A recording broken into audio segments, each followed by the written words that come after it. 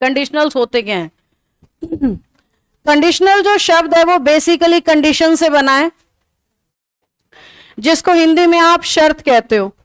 और जब भी हिंदी में किसी कंडीशन या शर्त को बोलने की कोशिश की जाती है तो सबसे पहला शब्द जो मुंह से निकलता है वो अगर होता है, शुद्ध हिंदी में इसी को बोला जाता है। ये हिंदी में पहचानने का तरीका है। जब भी आप कंडीशन बोलने की कोशिश करते हो दो अलग अलग सेंटेंस बनाने पड़ते हैं। कभी भी ऐसा नहीं हो सकता कि कंडीशन बन जाए और सेंटेंस एक ही रह जाए। हमेशा सेंटेंस डबल होगा अगर आप कंडीशन को डेवलप करना चाहते हो तो, चाहे वो किसी भी तरह की कंडीशन है। अगर टेंस पेपर में आ जाते हैं तो पेपर अच्छा हो जाएगा, ये भी कंडीशन है। अगर टेंस पेपर में नहीं आते तो और भी अच्छी खुशी की बात है, ये भी कंडीशन है। अगर हमें नौकरी मिल जाएगी तो जीवन सेटल हो जाएगा, कंडीशन है। अगर हमें नौकरी नहीं मिलेगी तो कोई और तरीके से सेटल कर लेंगे भाई, ये भी कंडीशन है। नौकरी एकमात्र सहारा थोड़ी है, और बहुत कुछ है करने को। तो अगर लगा के हम जब भी किसी बात को कहते हैं, अगर लगा के हम जब भी किसी बात को कहते हैं, अगला सेंटेंस पक्का जुड़ेगा ही जुड़ेगा। तो जब भी कंडीशन बनाने की कोशिश करोगे दो सेंटेंस मिलेंगे 100% विदाउट एनी एक्सेप्शन। जब भी कंडीशन बनाओगे अगर या यदि मिलेगा हिंदी में, पर अगर इंग्लिश में इन्हीं को लिखना है तो इफ से लिखते हैं, हैड से लिखते हैं, सबसे ज्यादा ये दोनों मिलेंगे। इसके अलावा अनलेस से भी कंडीशन बन जाती है, प्रोवाइडेड से भी कंडीशन बन जाती है। थोड़ा बहुत एसएससी में प्रोवाइडेड भी मिल जाएगा, इफ और हैड मिलेगा। अनलेस कंजंक्शन टाइप के क्वेश्चन में ज्यादा काम आता है, कंडीशनल में इतना उसका रोल नहीं रहेगा। तो हमें इफ मिलेगा, हमें हैड मिलेगा, हमें प्रोवाइडेड मिलेगा, और दो अलग अलग सेंटेंस मिलेंगे। अब तक मैंने ये पढ़ाया आपको। कंडीशन को या तो पता लगा लो सेंस से, भाई लाइन पढ़ते ही पता लग जाए हाँ ये कंडीशन है या नहीं है। अगर लाइन पढ़ के कोई ऐसा बच्चा है जो बिल्कुल मेरे को तो आइडिया नहीं आएगा, समझ में नहीं आएगा, तो वो इफ को ढूंढ ले, वो हैड को ढूंढ ले, वो प्रोवाइडेड को ढूंढ ले, वो अनलेस को ढूंढ ले, दो अलग अलग सेंटेंस उसको ढूंढे। दोनों के बीच में कोमा मिलेगा, कभी कंजंक्शन नहीं हो सकती। ध्यान से देखो, मैंने S1 और S2 के बीच में क्या यूज कर रखा है? कोमा, क्योंकि कभी भी कंडीशनल के अंदर आप कंजंक्शन यूज नहीं करोगे, ये वर्ड्स ऑलरेडी कंजंक्शन होते हैं, तो डबल कंजंक्शन की कोई जरूरत नहीं पड़ती। तो जब भी कंडीशनल बनेगा इनमें से कोई शब्द मिलेगा, पहली बात। दोनों सेंटेंसेस आपस में कोमा से जुड़े होंगे, दूसरी बात।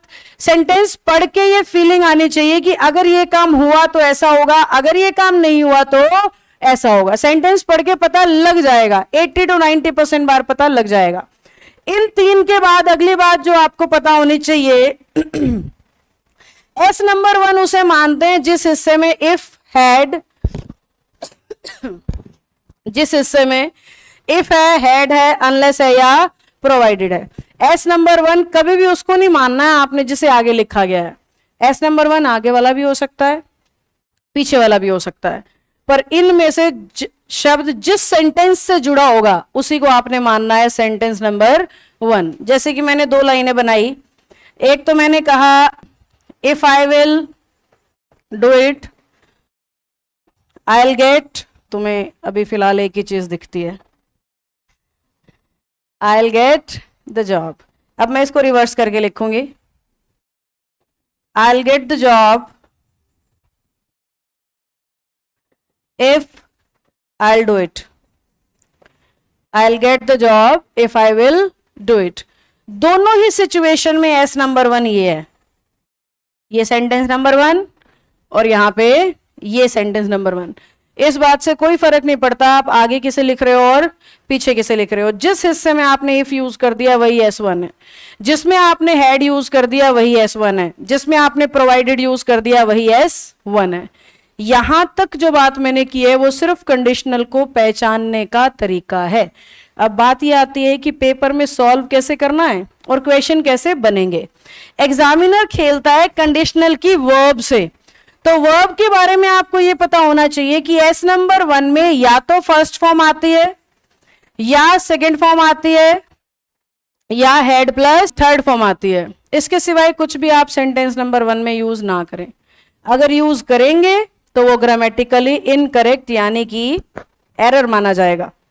अगर आप इनमें से कोई भी वर्ब एस नंबर 2 में लगाओगे तो भी एरर माना जाएगा, क्योंकि ये फिक्स है कि एस नंबर 1 में अगर फर्स्ट फॉर्म है तो दूसरी तरफ फ्यूचर आएगा।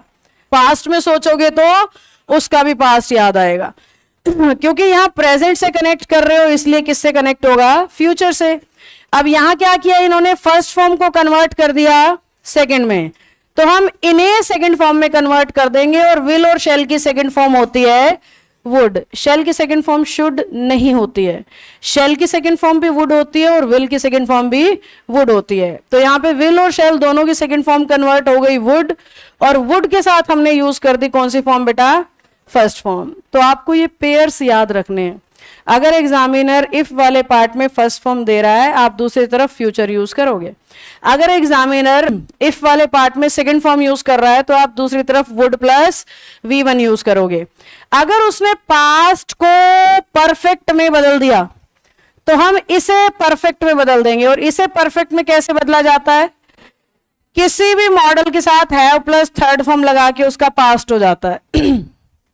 किसी भी मॉडल के साथ हैव प्लस थर्ड फॉर्म लगाने से उसका पास्ट हो जाता है। तो हमारे बच्चे का काम है सबसे पहले कंडीशनल को पहचानना, पेपर में आया भी है या नहीं।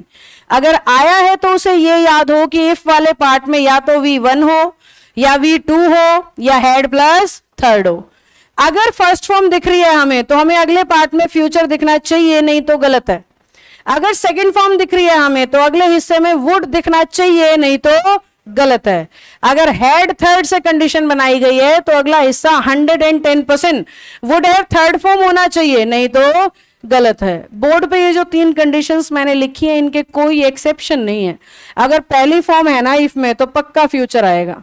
सेकंड फॉर्म है तो पक्का वुड V1 आएगा ही आएगा। तो हमारे बच्चे को सबसे ज्यादा बड़ी बात S नंबर 1 पहचानना आना चाहिए कि जिसमें कंजंक्शन है वही S1 है, आगे या पीछे से कोई फर्क नहीं पड़ेगा। और S1 की ये जो वर्ब्स हैं ये फिक्स हैं, ये निश्चित हैं, और S2 की भी जो वर्ब हैं वो फिक्स हैं, निश्चित हैं।